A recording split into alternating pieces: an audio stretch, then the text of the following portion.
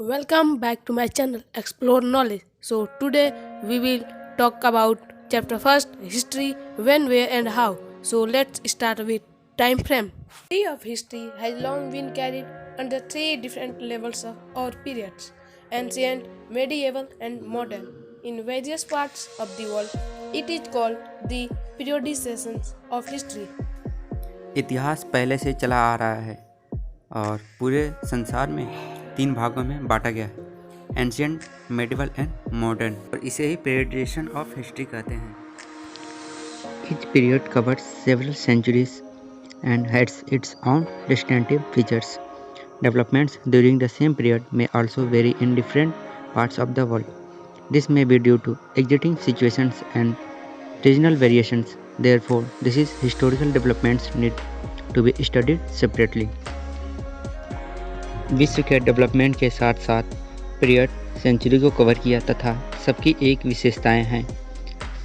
सबकी अलग अलग सामाजिक स्थिति के तौर पे इस प्रकार इतिहास के विकास को हम सेपरेटली पढ़ेंगे। The medieval period is the period that false between the ancient and the modern period. In India, the medieval period is considered to be the time period from the 8th century to the 18th century AD. It is generally divided into two periods, the early medieval period and the later medieval periods. Broadly speaking, the period from the 8th to the 18th century of Indian history witnessed considerable changes. In the early medieval period, the Palas, the Pratyaras and Rashtrakutas, the Cholas and the early Rajputs ruled in India. In the later medieval period, the Turks who later established the Delhi Sultanate, various regional kingdoms and the Mughals largely dominated the fate of history. मध्यकालीन अवधि आधुनिक अवधि और प्राचीन अवधि के बीच आता है। 18वीं सदी में यह आम तौर पर दो अवधि के बाद में मध्यकालीन अवधि में विभाजित हुआ तथा 8वीं से समय अवधि माना जाता है तथा मध्यकालीन अवधि से पहले पलस पृथ्वीराज राजपूतों का शासन चला। उसके बाद तुर्कों का जो दिल्ली में सुल्तानेट का स्थापना किया। Salient features of the medieval period. During this 1000 years, the societies of the subcontinents were transformed and economics in several regions reached a level of prosperity. The changes were somewhat distinct from the earlier phase. First, sufficient historical material is available as compared to the ancient period. The rise of Bhakti and the Sufa movement. The foundation of the Mughal Empire by Babur in 1526 AD. The rise of the Marathas and the Sikhs. Economics prosperity attracted European countries to establish trade relations with India. Independence of several provincial kingdoms in the eastern as well as peninsular India. इस 1000 साल के दौरान उपमहाद्वीप के समाज बदलने और निर्णय में अर्थशास्त्र गूढ़ स्तर पर पहुंच गया। परिवर्तन पहले चरण से कुछ हद तक अलग थे। तो आगे देखते हैं। प्राचीन काल की तुलना में पर्याप्त ऐतिहासिक सामग्री उपलब्ध है। उसके बाद सोफी आंदोलन लगाया गया। मराठास और सिख्स आए and all those things are happened. Terms use for Indian subcontinent. The Indian subcontinent has been a distinct geographical unit. It comprised of 6 other countries: Afghanistan, Pakistan, Nepal, Bangladesh, Bhutan and Myanmar. भारतीय उपमहाद्वीप एक विशिष्ट भौगोलिक इकाइयों में 6 अन्य देशों में बांटा गया। पहला अफगानिस्तान, दूसरा पाकिस्तान, तीसरा नेपाल, चौथा बांग्लादेश, पांचवा भूटान एंड छठवां Myanmar. India has been referred to by various names during different periods of history, from Aryavarta to Bharatvarsham to Hindustan, but the terms Hindustan did not carry the same meaning during the medieval period. The rulers in the Sultanate and Mughal periods called their Indian dominion centered around Delhi as Hindustan. In the early 16th century, Babur used the term Hindustan to describe the geography, the fauna and the culture of the inhabitants of the subcontinents. In the 19th century, Hindustan as used in English referred to the northern region of India between the Indus and the Brahmaputra, and between the Himalayas and the Vidya in particular. Hence, the term Hindustani was used for the Hindi-Urdu language. In Sanskrit language, the country is often called Bharat. The Constitution of India used both these names to describe our country. India, that is Bharat, shall be a union of states. The Republic of India is called Bharat, while Hindustan is mostly used in historical context. Today, these three terms are used interchangeable to refer to the political and national entity that is identified as India. अलग अलग period में भारत अलग अलग नाम बदलता रहा। पहले आर्यवर्ता रहा, उसके बाद भारतवर्षम, उसके बाद हिंदुस्तान। लेकिन हिंदुस्तान नाम का कोई अर्थ नहीं रहा और मुग़ल काल के शासकों ने मध्यकालीन के दौरान हिंदुस्तान का नाम ज्योग्राफी से रिलेट किया और इस प्रकार हिंदुस्तान से हिंदुस्तानी नाम हुआ और हिंदी उर्दू की भाषा प्रचलित हुई और संस्कृत भाषा में देश को भारत कहने लगा गया। Influence of geography on history. A country's geography, mountains, rivers, forests, influence its history. We cannot understand the history of any country without knowing its geography. India comprises of 5 broad geographical divisions: the Himalayas, the Indo-Gangetic Plains, the Thar Desert, the Deccan Plateaus, and finally the Peninsular Coast. During the medieval period, we find that the desire to control the rivers and the land between the two rivers, such as the Ganga and the Yamuna or the Godavari and the Tungabhadra, led to many wars between various powers. The discovery of gold and diamonds led to a Trishul in the Golconda region, which produced an amazing collection of huge diamonds. The control of both the coastal led to the development of better shipping. Ports such as Surat, Kombia, Goa, Cochin and Masulipatinam attached thousands of traders including the European. Many ports were developed on the two coasts to trade either the Southeast Asia or West Asia. The Vindhya and the Satpura mountains checked the easy movement of the trucks into the Deccan and South. The armies often needed God to take them over tough terrains. The presence of rocky mountains areas in Rajasthan and other parts of northern India led to the building of immense and fascinating forts in Chhattisgarh, Jaisalmer and Jodhpur. They became great defense bastions in the face of constant wars. The storage of water in Rajputana and Gujarat forced them to make the great wells, which are multi-storied walls. मध्यकालीन के दौरान हम दो नदियों के बीच जमीन को नदियों से नियंत्रित किए, जो गंगा और यमुना, और उसी दौरान सोने और हीरे की खोज हुई, जहां गलकोंडा क्षेत्र में बहुत सारे हीरे मिले और उसे सूरत, कोम्बिया, गोवा, कोचीन और अन्य यूरोप देशों में ले जाया गया ताकि उससे पैसा मिले और देश की बढ़ोतरी होगी। और जो पहाड़ों के बीच चट्टानें थी, जैसे कि राजस्थान के आसपास, और भारत की बचाव के लिए चित्तौड़गढ़, जैसलमेर, जोधपुर में किला बनाया गया तथा पानी की लड़ाई के लिए युद्ध में राजपूतों ने और गुजरात फोर्स ने लंबी लेयर की दीवारें बनाई। Sources. Historian depends on a variety of sources to learn about the past depending upon the period of their study. Sources material provides us with reliable information about the events that happened in the past. The medieval period has good example of written records of history which give us a better insight into the period. और जो प्राचीन काल बीत चुकी थी उसके बारे में पढ़ने और जानने समझने के लिए उससे रिलेटेड कुछ सोर्सेज ढूंढे और ये संभव हुआ मध्यकालीन में। Literary sources. Literary sources is one of the distinct features of the medieval period, which increased noticeable during this period. The early writing was done mostly on plum leaves and big sparks. From the 13th century onwards, paper began to be used for writing, and as such, a number of books appeared. Since There was no printing press in those days. Scraps copied manuscripts by hand, which were stored in archives. These manuscripts and documents provide a lot of detailed information to the historians. As scribes copied manuscripts, they introduced small changes unknowingly, and these changes went on increasing to such an extent that the manuscripts of the same text became substantially different from one another. मध्यकालीन के समय कागज़ की खोज हुई क्योंकि उसके पहले ताड़ के पत्तों पर लिखा जाता था।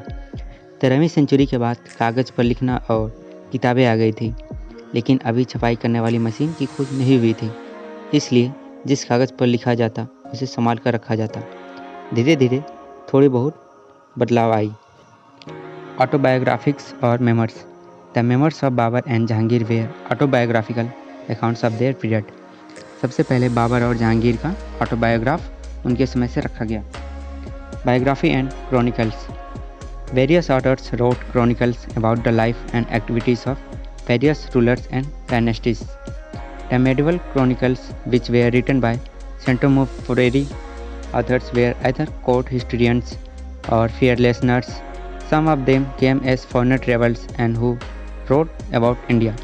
The availability of recorded history claiming to the authentic often influences our judgment throughout his individual writing a few centuries. A writer was reacting in his own personal way to event and situation. He was forming his own opinions about what was important and what was not, and what facts he would include in his history. Thus, for us, it is also important to know why he was writing and for whom, before we use his work to understand history. For example, जैसे कि Kalhana in the 12th century who wrote Rajatangani, which is an account of the rulers of Kashmir. बहुत से लेखक इतिहास लिखे जीवन के बारे में और विभिन्न शासकों तथा राजवंशों की गतिविधियों के बारे में और न्याय के, जैसे कि कल्हना 12वीं सेंचुरी में रजतांगनी लिखी जो कश्मीर के बारे में बताती है। Illustrated literary works. Several literary works by indigenous writers were also brought out. These literary works include autobiographies and memoirs. फिर स्वदेशी लेखक सुंदर चित्र बनाए जो अलग से सामान्य जानकारी को वर्णन किए। Important foreigner travelers. Some of the most important accounts of medieval India are provided by the visiting foreigners. Islamic accounts. Travelers from abroad give us interesting information regarding the political, social, and economic condition in medieval India. All Bornese accounts of India during Sultan's Muhammad Ghazni conquest in his Kitab ul Hind is considered to be the finest foreigner account of medieval India. Marco Polo passed through some parts of southern India on his way from China to Persia and has left a very interesting narrations of social manner and custom of South India. The best known foreigners who visit India during the pre-Mughal periods were Moroccan and so on. Foreigner travelers provide us a deep insight into history throughout their books, written as account of what they came across during their journey to India. They have recorded everything good or bad they had experienced. मध्यकालीन के समय जो स्वदेशी यात्री थे वो दिलचस्प सामाजिक, राजनीतिक और किफ़ायती जानकारी देते थे जो भी उनके आए हुए रास्ते में दिखे थे, और ऐसे ही यूरोपियन आते और जानकारी छोड़ जाते, जिससे कि इतिहास के बारे में अच्छे से गहराई से पता चलता है और उसका रिकॉर्ड बनाया जा सकता है, चाहे वो अच्छा हो या गलत। Archaeological searches. Archaeology is a specialized science dealing with the material remains of post civilizations. Sources of archaeology include the remains of building, pottery, weapons, ornaments, and other antiquities which are of immense value in the reconstruction, social, cultural, and political history of medieval India. Archaeological एक विशेष विज्ञान है जिससे हमें प्राचीन समय के उपयोग होने वाली हथियार, गहने, घर इत्यादि के बारे में हम पढ़ते हैं। Coin have given useful information regarding the state of polity and economy during the Sultanate and the Mughal periods. The coin of Muhammad bin Tughlaq have revealed much about his region and his kingdom. The coin of provincial rulers such as those of Bengal, for instance, with their dates and mint marks, are especially valuable as resources of information not fully dealt with in the general chronicles. तथा जो सिक्के थे उस पे सन लिखा गया था जो सुल्तानेट और मुगल के काल में प्रयोग होता था. Epigraphic sources. Inscriptions are of greater use of the pre-Mughal than for of the Mughal period. The regions of the Bengal Sultans Samuddin Firuz, Alauddin Firuz and the Nizam Shahi king Bahram have been established by studying inscriptions alone. The Bengal Sultanate, especially from the 14th to 16th centuries, has been understood slowly on the basis of epigraphic sources. In many instances, the full titles of kings and queens and the history of minor dynasties have been revealed by studying inscriptions. The inscriptions that reveal India's medieval history throw light on the political aspects as well as the social life. Mughal काल के पहले तथा मुगल काल के बाद भी पत्थरों पर लिखा जाता था तथा चित्र बनाया जाता था, जो सबसे पहले शामसुद्दीन फिरोज, अलीउद्दीन फिरोज और निजाम शाही किंग बरहन के द्वारा किया जाता था. 14वीं से 16वीं सेंचुरी के बाद धीरे धीरे शिलालेख के बारे में सबको पता चला. मध्यकालीन के समय contacts with foreigners. During 700 and 750 AD, a number of people such as the Arabs, the Turks, the Mongols, the Chinese and the Europeans came to the subcontinent being attracted by its wealth. Among such political groups were the early Muslim invaders like Muhammad of Ghazni and Muhammad Ghori. They were followed by other Turks who founded in Delhi Sultanate. The Delhi Sultanate was uprooted by a new group of peoples from Central Asia known as Mughal who established the Mughal Empire in 1526 AD. Besides these foreigners groups, some regional groups such as Sikhs, Marathas, Ahoms, Jats and Kasthas also emerged during this period, which were politically important in the later medieval period. 700 और 1750 AD के दौरान अरब, तुर्की, Mongols, Chinese और Europe से लोग भारत घूमने आते थे क्योंकि उनके पास पर्याप्त पैसा था और भारत के सामाजिक जीवन के बारे में जानने देखने के लिए आते थे. Religious traditions. Religion played a predominant role in the medieval Indian society. In this period, major developments in religious traditions and important changes took place in Hinduism. Building temples became an important activity among the Hindu rulers.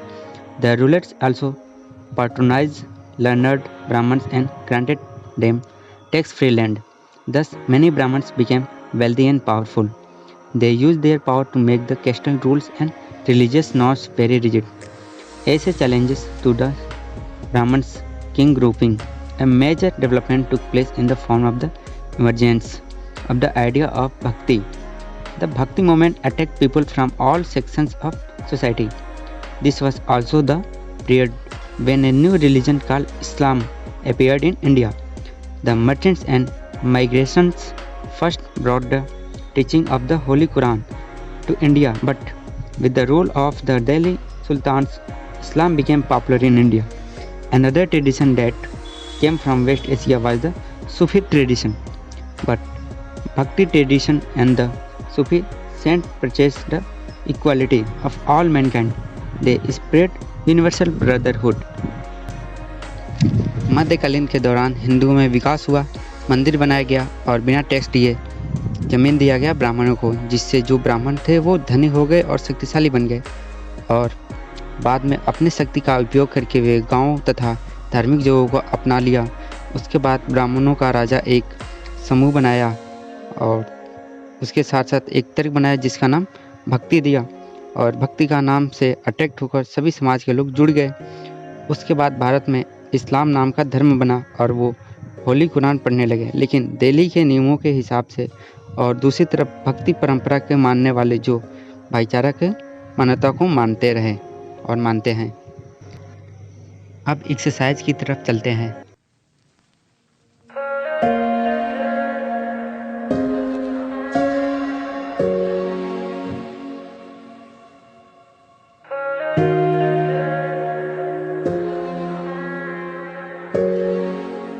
Learn